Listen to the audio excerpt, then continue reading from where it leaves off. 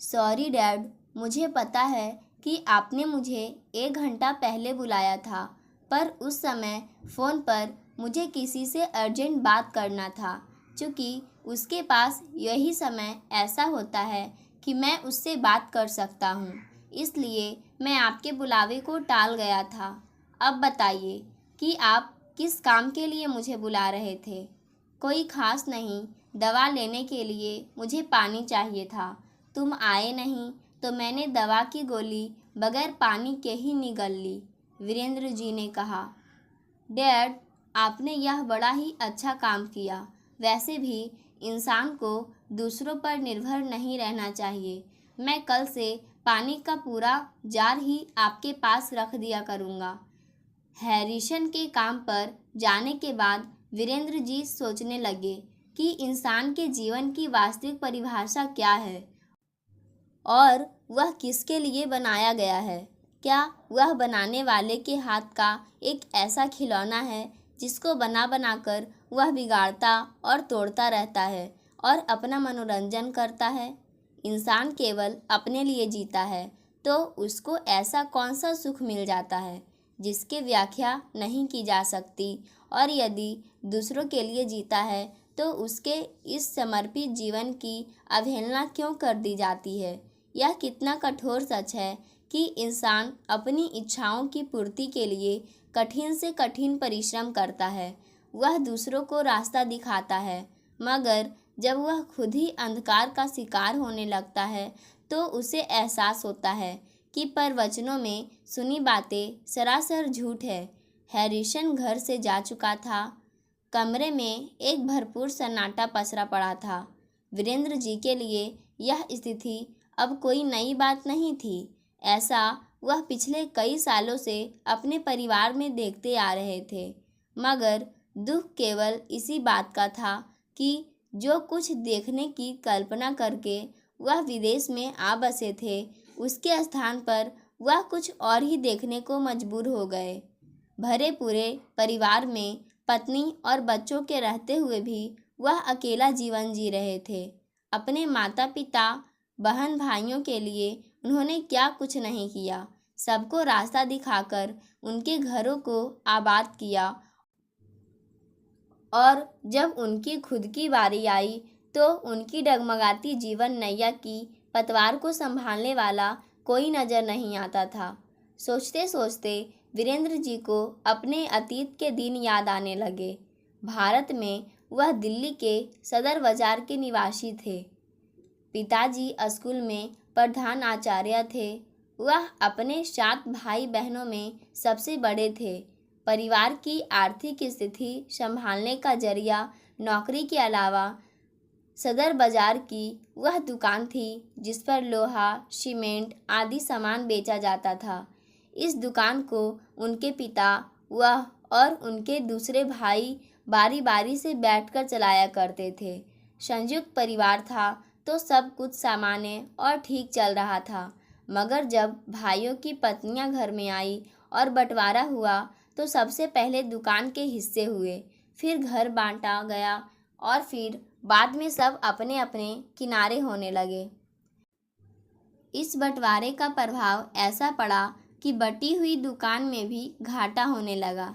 एक एक करके सारी दुकानें बंद हो गई। परिवार में टूटन और बिखराव के साथ अभावों के दिन दिखाई देने लगे।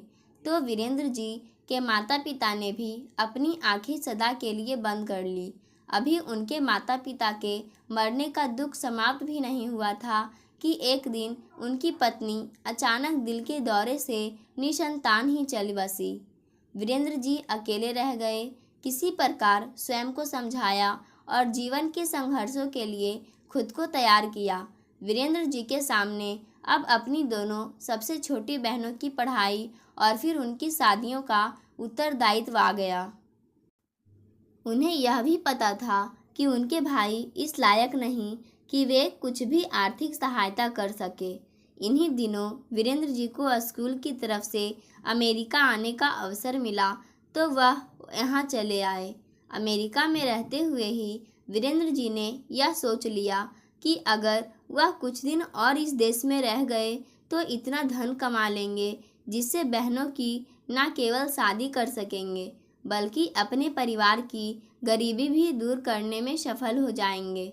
अमेरिका में बसने का केवल एक ही सरल उपाय था कि वह यहीं की किसी स्त्री से विवाह करे और फिर यह शॉर्टकट रास्ता उन्हें सबसे आसान और बेहतर लगा।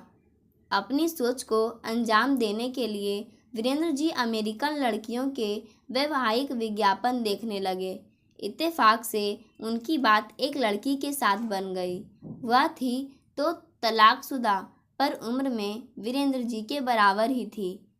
इस शादी का एक कारण यह भी था कि लड़की के परिवार वालों की इच्छा थी कि वह अपनी बेटी का विवाह किसी भारतीय युवक से करना चाहते थे, क्योंकि उनकी धारणा थी कि पारिवारिक जीवन के लिए भारतीय संस्कृति और संस्कारों में पला हुआ युवक अधिक विश्वासी और अपनी पत्नी के प्रति ईमानदार होता है। एक दिन वीरेंद्र जी का विवाह हो गया और तब उनकी दूसरी पत्नी लॉली उनके जीवन में आ गई। विवाह के बाद शुरू के दिन तो दोनों को एक दूसरे को समझने में ही गुजर गए। यद्यपि लॉली उनकी पत्नी थी, मगर हर एक बात में सदा ही उनसे आगे रहा करती, क्योंकि वह अमेरिकी जीवन की अभ्यस्त हो चुकी थी।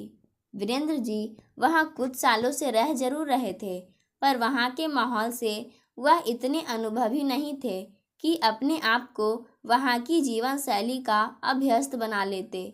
उनकी दशा यह थी कि जब भी कोई फ़ोन आता था तो केवल अंग्रेजी की समस्या के चलते वे उसे उठाते हुए भी डरते थे।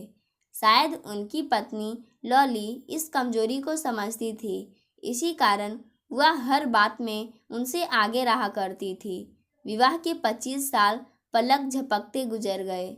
इस बीच संतान के नाम पर उनके यहाँ एक लड़का और एक लड़की भी आ चुके थे। वीरेंद्र जी शुरू से ही सदाचारी थे, इसलिए अपनी विदेशी पत्नी के साथ निभा भी गए, लेकिन विवाह के बाद उन्हें यह जानकर दुख हुआ था कि उनकी पत्नी के परिवार के लोग अपने को सनातन धर्म का अनुयायी बताते थे, पर उनका सारा चलन ईसाईयत की पृष्ठभूमि लिए हुआ था। अपने सभी काम वे लोग अमेरिकियों की तरह ही करते थे। उनके लिए दिवाली, होली, क्रिसमस और ईस्टर में कोई भी फर्क नहीं दिखाई देता था।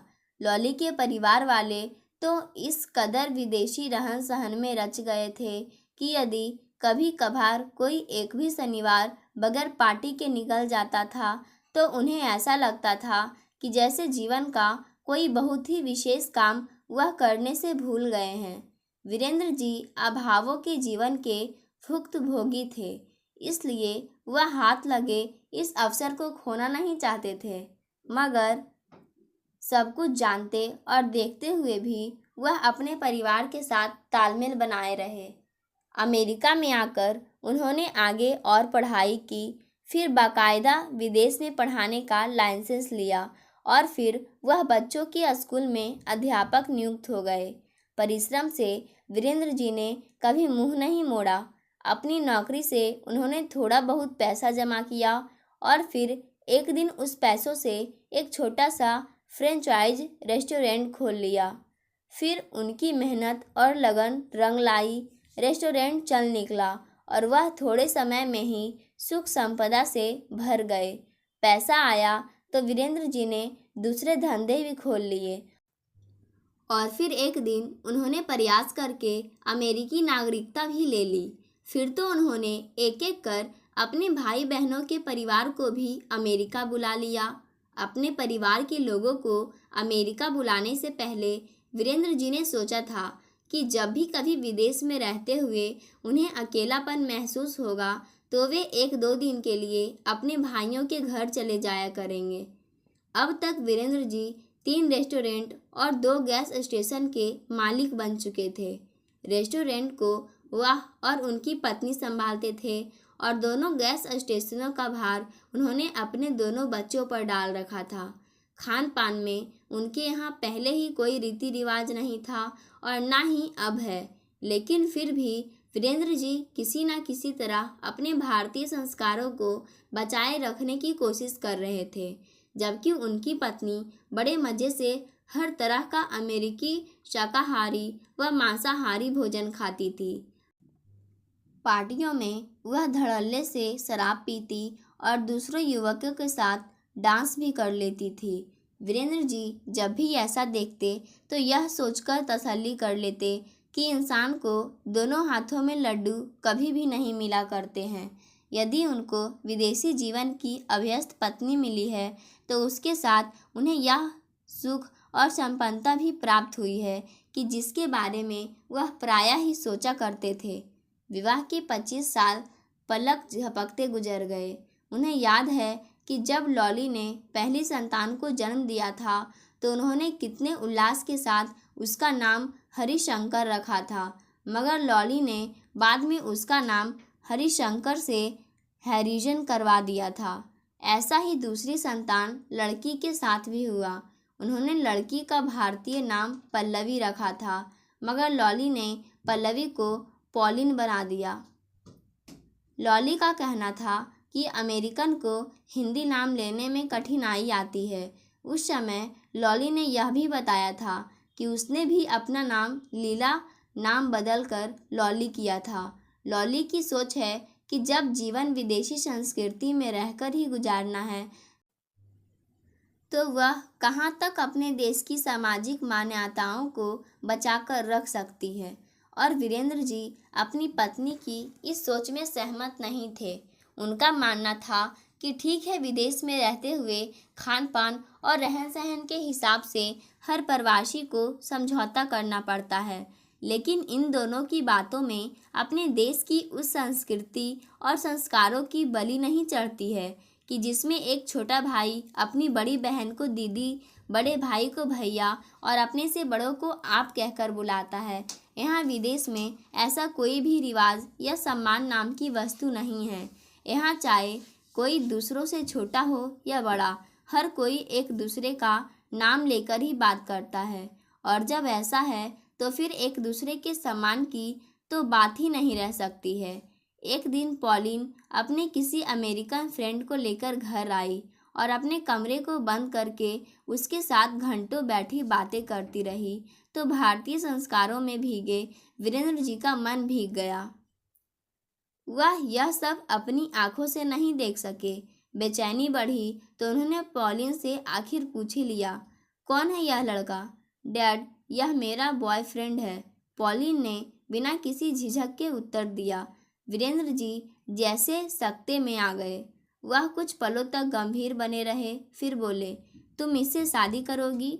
उनकी इस बात पर पॉलिन अपने माथे पर ढेर सारी बल डालती हुई बोली, आई एम नॉट श्योर, मैं ठीक से नहीं कह सकती। पल्लवी ने कहा तो वीरेंद्र जी और भी अधिक आश्चर्य में पड़ गए। उन्हें यह सोचते देर नहीं लगी कि उनकी लड़की का इस लड़के से यह कैसा रिश्ता है जिसे मित्रता भी नहीं कह सकते हैं और विवाह से पहले होने वाले दो प्रेमियों के प्रेम की संज्ञा भी उसे नहीं दी जा सकती है। पॉलिन अक्सर इस लड़के के साथ घूमती फिरती है, जहाँ चाहती है बेधड़क उसके साथ चली जाती है। कई बार रात में भी घर नहीं आती है। उसके बावजूद वह यह नहीं जानती कि इस लड़के से विवाह भी करेगी या नहीं। काफ़ी देर तक गंभीर बने रहने के बाद वीरेंद्र जी ने पॉलिन से कहा, क्या तुम बता सकती हो कि बॉयफ्रेंड और पति में क्या अंतर होता है? कोई विशेष नहीं डैड, दोनों ही एक जैसे होते हैं। अंतर है तो केवल इतना कि बॉयफ्रेंड की कोई जिम्मेदारी नहीं होती है, जबकि पति की बाकायदा अपनी पत्नी और बच्चों के प्रति एक ऐसा उत्तरदायित्व होता है जिसे उसे पूरा करना ही होता है। अतीत की यादें दिमाग में तभी साकार रूप लेती है जब कुछ मिलती जुलती घटनाएं सामने घटित हो। विवाह के बारे में बेटी का नज़रिया जानकर उन्हें अपनी बहनों की शादी की याद आ गई। वीरेंद्र जी ने अपनी मर्जी से कभी अपनी दोनों छोटी बहनों के लिए वर चुने थे और दोनों में से किसी ने चूह तक नहीं की थी, मगर आज घर में उनकी स्थिति यह है कि अपनी ही बेटी के जीवन साथी के चुनाव के बारे में जबान तक नहीं खोल सकते हैं। वीरेंद्र जी को शिद्दत के साथ ऐसा एहसास हुआ कि नए समाज को जो यह नया धरातल है उस पर उसके जैसा सदाचारी सरल स्वभाव का इंसान एक पल को भी खड़ा नहीं हो सकता है।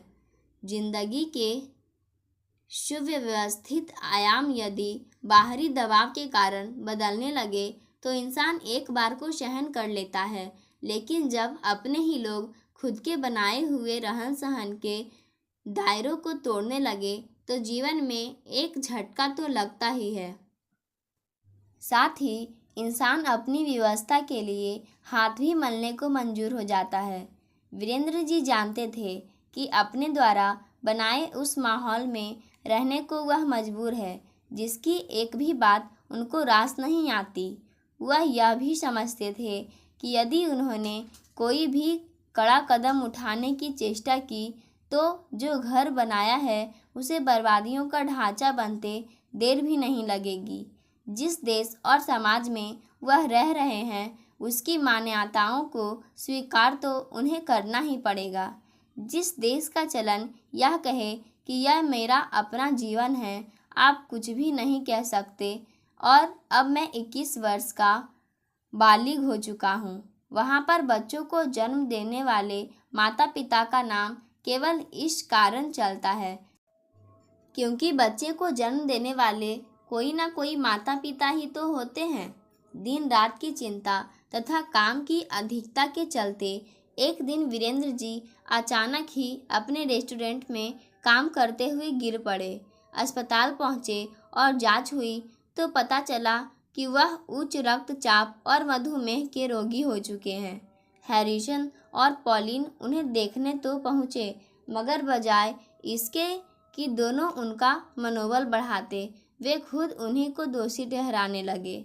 दोनों ही कहने लगे कि अपना ध्यान नहीं रखते हैं, इतना सारा काम फैला रखे हैं, कौन इसको संभालेगा। अपनी औलाद के मुंह से ऐसी बातें सुनकर उनका मन पहले से और भी दुखी हो गया। इसके अलावा उनके वे भाई जिनके बारे में उन्होंने सोचा था कि साथ रहेंगे तो मुसीबत में काम आएंगे, जब उन्होंने सुना तो कोई भी तत्काल देखने नहीं आया। हाँ, सबने केवल एक बार फ़ोन करके अपने कर्तव्य की इतिश्री कर ली थी। अस्पताल में 2 दिन तक रहने के बाद जब वह घर आए तो डॉक्टरों ने उन्हें पूरी तरह से आराम करने की हिदायत दी थी और समय पर दवा लेने तथा हर रोज़ अपना ब्लड प्रेशर व ब्लड ग्लूकोज को जांचते रहने को कहा था। लेकिन घर पर अकेले पड़े पड़े तो वह अपने को और भी बीमार महसूस कर रहे थे। बच्चों से जब कभी सुबह या शाम उनका सामना हो जाता तो वह केवल हाय डैड कहकर अपना फर्ज पूरा कर लेते थे।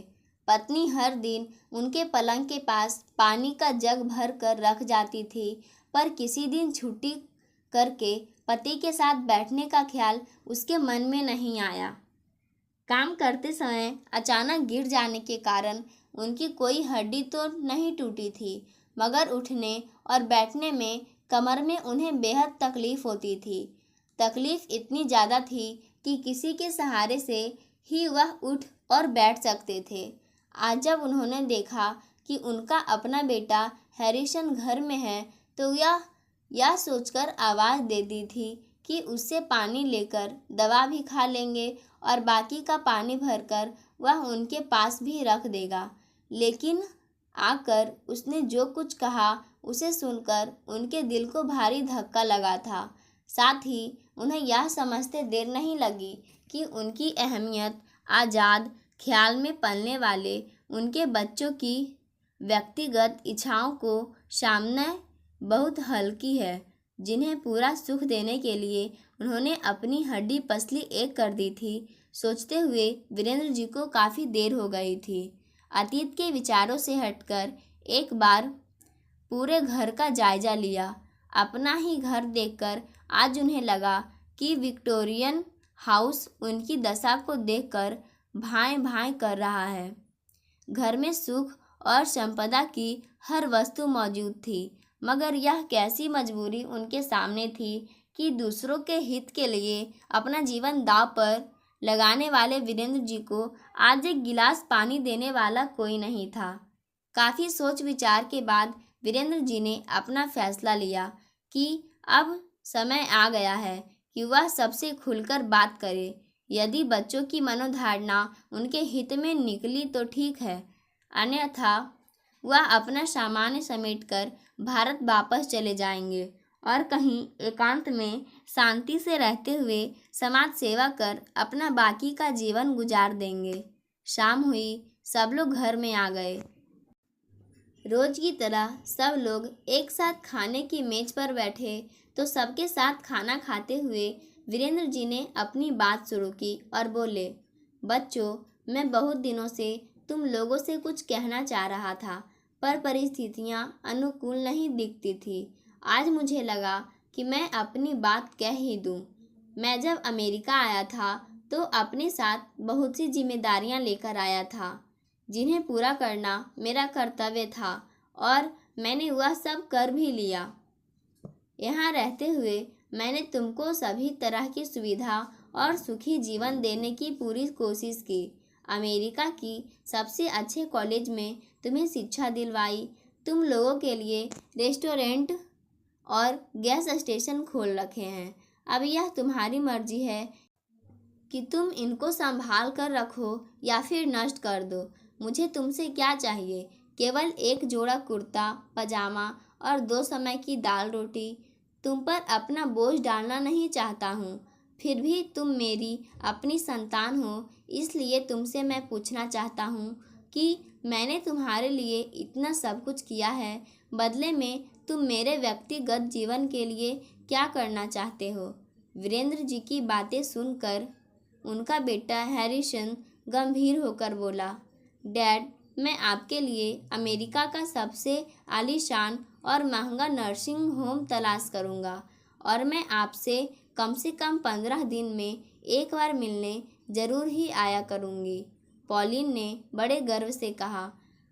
अपने बच्चों की बातों को सुनकर वीरेंद्र जी कुछ भी नहीं बोल सके, क्योंकि वह जीवन के इस तथ्य को अच्छी तरह समझ चुके थे कि विदेश में आकर अपनी सुख सुविधा के लिए वह जो कुछ चाहते थे वह तो उन्हें मिल चुका था, लेकिन इसे पाने के लिए उन्हें अपने उन भारतीय संस्कारों की कुर्बानी भी देनी पड़ी, जिसके तहत एक भाई अपनी बहन के लिए, माँ अपने बच्चों और परिवार के लिए, बेटा अपने पिता के लिए और पत्नी अपने पति के लिए जीती है।